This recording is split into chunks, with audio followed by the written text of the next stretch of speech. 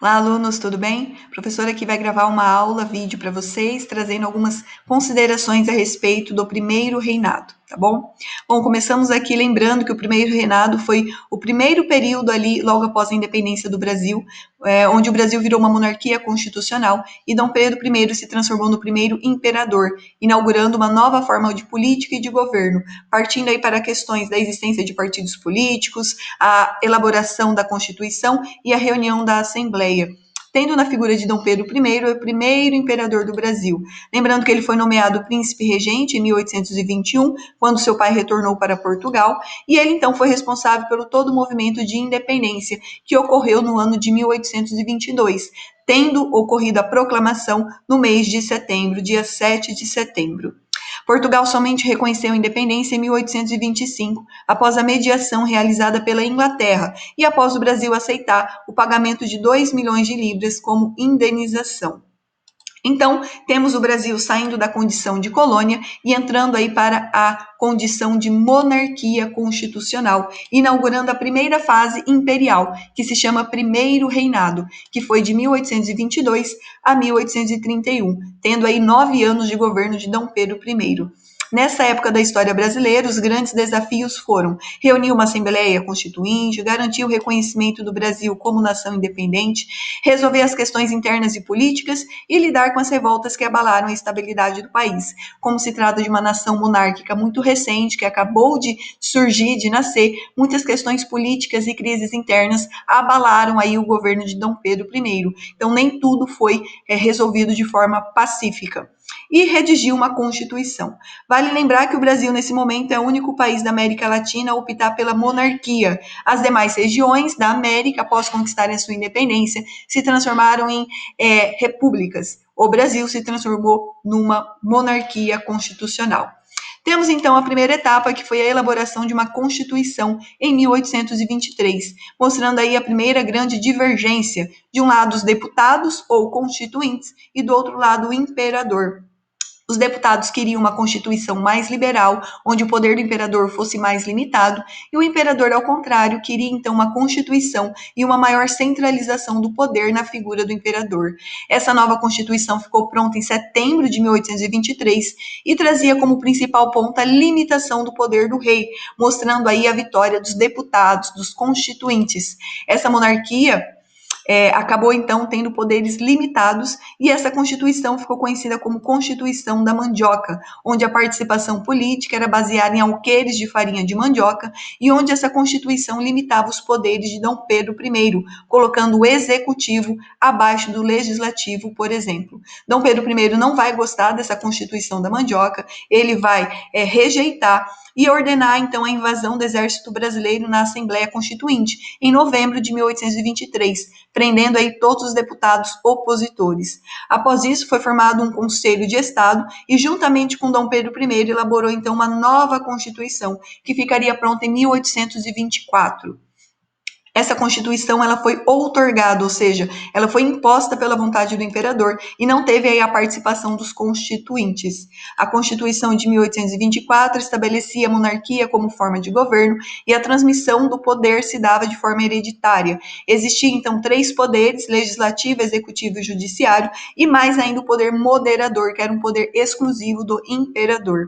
Estabelecia o voto indireto e censitário, os homens livres poderiam votar com mais de 25 anos e que possuísse renda mínima de 100 mil réis. O catolicismo foi escolhido como religião oficial e algumas garantias de liberdades, principalmente as liberdades voltadas ao credo, a liberdade individual também.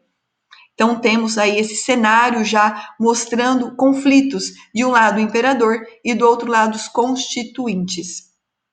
Quando você tem a elaboração da Constituição da Mandioca, lá em 1823, houve um evento chamado Noite da Agonia, que é justamente esse conflito, né? Esse conflito de um lado o imperador e de outro lado os constituintes, na elaboração da Constituição de 1823. Dom Pedro I não aceita, manda prender os seus opositores e elabora então a Constituição de 1824. Outras características que podemos ver para o primeiro reinado, né, uma Constituição, então, ortogada em 1824, um cenário marcado por uma crise, de um lado o imperador e do outro lado as elites brasileiras, e o imperador ganhando cada vez mais impopularidade ao se mostrar um político centralizador. Diante desse cenário mais conflituoso, algumas regiões brasileiras se aproveitaram do momento para lutar e garantir os ideais republicanos. Diante dessas regiões que se colocavam em oposição ao governo de Dom Pedro I, o imperador contratou vários grupos mercenários, onde diversos brasileiros morreram nesse conflito, e apesar de sair vitorioso, sua impopularidade só aumentou. Temos então um cenário aí marcado por uma impopularidade do primeiro imperador do Brasil, né, de Dom Pedro I. Outros conflitos com o imperador se envolveu Confederação do Equador, Guerra da Cisplatina e a guerra travada com seu irmão pelo trono português. A Confederação do Equador foi um importante movimento regional de caráter separatista. Entre várias regiões brasileiras, esse é um evento que mais se destaca. A Confederação do Equador foi um movimento político ocorrido em 1824 na região nordeste do Brasil. A principal causa está na queda do preço de açúcar, nessa centralização política de Dom Pedro I e na presença ainda de muitos portugueses na política de Dom Pedro I. Tem caráter republicano, separatista e muitos ideais liberais iluministas. Os líderes eram senhores de engenho, mas também havia participação da classe média urbana e grupos de movimentos intelectuais e também boa parte aí dos movimentos populares. Foi um movimento separatista, republicano, também popular e urbano. É proclamada uma confederação do Equador e essas regiões do Nordeste, tanto de Pernambuco e teve apoio do Rio Grande do Norte, Ceará e Paraíba, acabaram proclamando uma confederação republicana e se separando do Brasil imperial. Essa revolução é derrotada pelas tropas do governo e 16 pessoas foram executadas. Representou aí uma reação contra a tendência absolutista e centralizadora de Dom Pedro I. Teve a participação da elite do Nordeste, que não aceitava o absolutismo de Dom Pedro I, não aceitava os altos impostos decretados pelo monarca, sem o consentimento das assembleias provinciais, mostrando aí o caráter autoritário de Dom Pedro I para o momento do primeiro reinado. Além da Confederação do Equador, no qual Dom Pedro I sai vitorioso, mas sai cada vez mais impopular, o imperador também se envolveu na Guerra Cisplatina, onde é hoje o atual país do Uruguai. Essa região foi por muito tempo disputada entre Brasil e Argentina, que tinham interesses econômicos e estratégicos na região. Brasil e Argentina disputaram o território e iniciou então uma guerra pela autonomia. A região conseguiu a sua independência e não ficou nem para o Brasil, nem para a Argentina, se transformando então numa província, né, numa nação republicana, na República Oriental do Uruguai. A Guerra Cisplatina, né, a província Cisplatina, é o atual Uruguai, é uma região muito disputada por Brasil e por Argentina, e aí os cisplatinos, né, as pessoas ali dessa região, acabam então conquistando a sua independência local, não ficando nem para o Brasil e nem para a Argentina, se transformando então na atual nação do Uruguai. A Guerra da Cisplatina, né, onde Dom Pedro I sai derrotado, aumentou ainda mais os conflitos com as elites brasileiras, altos gastos financeiros envolvidos nessa guerra, o Brasil acaba perdendo território, isso tudo aí promove um cenário de mais crise e de mais instabilidade para o governo de Dom Pedro I. Entramos então na fase final do primeiro reinado, né? É um excessivo poder abocanhado por Dom Pedro, foi alvo de protesto e insatisfação da maioria dos políticos da época. Não bastasse os desentendimentos políticos, também tivemos as questões econômicas, que contribuiu para a queda do imperador. Várias dívidas, gasto com a Guerra Cisplatina. Em 1829, o Banco do Brasil fale e agravando aí o repúdio aos poderes imperiais. Aliada às críticas ao seu governo, um outro escândalo também vai piorar a imagem do imperador. Em 1830, houve o assassinato do oposicionista Libero Badaró, provocando uma onda de ataques a Dom Pedro I, que foi acusado de matar o jornalista e o político, né, que lutava aí contra o governo de Dom Pedro I.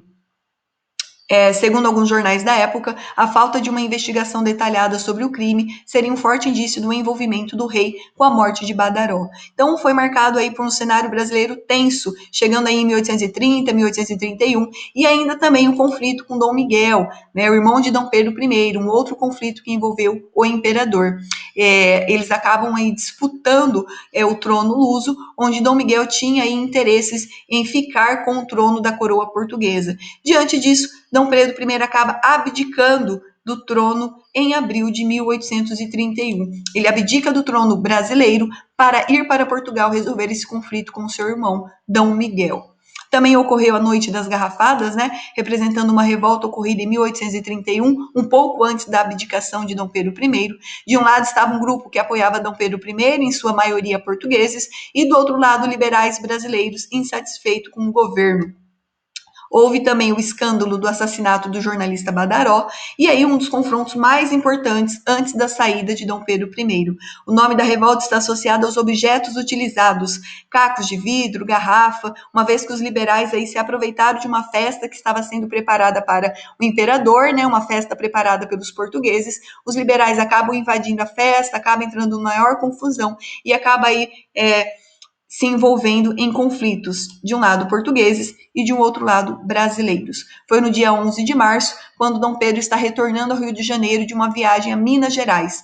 Foi uma oposição que se encontraram nas ruas da cidade. O conflito culminou na noite do dia 13 de março, quando os portugueses estavam organizando uma festa para receber o rei e os brasileiros revoltosos atacaram com pedras e garrafas. Foi uma disputa entre aliados do rei, o Partido Português, e o oposicionista, né, do Partido Brasileiro, representando as elites brasileiras. Temos então um breve resumo aqui do primeiro reinado. 1822 acontece a independência e em 1823 a Constituição da Mandioca, que não foi aceita por Dom Pedro I. Ele acaba aí rejeitando a Constituição da Mandioca e elaborando então uma nova Constituição, que foi outorgada, imposta pelo imperador em 1824. Temos então um cenário marcado por conflitos. De um lado, o imperador, de um caráter centralizador, autoritário e absolutista, e do outro lado, as elites brasileiras, de caráter mais liberal, com outros interesses políticos e econômicos. Temos várias regiões brasileiras revoltadas, procurando aí implementar uma política mais republicana, e a impopularidade de Dom Pedro I só aumentando, lembrando aí das Noites das Garrafadas, que ocorreu em 1831. Então, diversos eventos para o primeiro reinado: a Confederação do Equador, a Guerra da Cisplatina, a crise econômica, muitos empréstimos sendo feitos, a falência do Banco do Brasil, a queda na produção do açúcar, fazendo com que os senhores de engenho, a elite do Nordeste, também passasse a fazer oposição ao governo de Dom Pedro I, e também a questão de Portugal, a luta pela coroa portuguesa. De um lado, Dom Pedro I, que era o herdeiro legítimo, e do outro lado, seu irmão Dom Miguel, com interesses em usurpar o trono português também. Dom Pedro I, então, acaba abdicando do trono brasileiro em favor de seu filho, que ainda era muito criança, Pedro de Alcântara, e ele vai, então, para Portugal resolver esse conflito com seu irmão. Então, temos aí esse cenário, né, onde culmina com a abdicação em abril de 1831. Então, estamos falando de um primeiro momento da monarquia constitucional, durou 9 anos aí de reinado de Dom Pedro I, que foi o grande nome da independência, né, 1822, e governou até 1831. Mas é uma monarquia marcada principalmente por conflitos, por uma crise interna dentro da política de Dom Pedro I. De um lado, um imperador com esse caráter centralizador e absolutista, e do outro lado, as elites brasileiras que tinham um caráter mais liberal, que tinham interesses com uma maior participação na política, mais liberdade comercial e mais liberdade política também. Teremos então esse cenário conflituoso: de um lado o imperador, que vai ter apoio dos portugueses, e do outro lado os liberais, representando aí as elites brasileiras, os movimentos intelectuais, jornalistas, e também boa parte aí da população, que acabou tornando a imagem do imperador uma imagem muito impopular. Tivemos então a Confederação do Equador, onde Dom Pedro I sai vitorioso, mas a sua imagem só se desgasta. A Guerra da Cisplatina, onde o Brasil perde território, aumentando a sua dívida também, onde a imagem de Dom Pedro I também se torna desgastada, e vários outros eventos, como a queda da produção do açúcar, a falência do Banco do Brasil, tudo isso fazendo com que a imagem de Dom Pedro I se torne desgastada, impopular, e mais ainda o evento que está ocorrendo em Portugal, na luta pelo trono português entre Dom Pedro I e seu irmão Dom Miguel. Faz com que ele, então, Dom Pedro I, abdique do trono do Brasil e vá para Portugal resolver essa questão do trono português. Bom, então é isso, as principais características do primeiro reinado, de 1822 a 1831, culminando aí com a abdicação de Dom Pedro I em 1831. Ficamos por aqui e até os próximos vídeos. Tchau!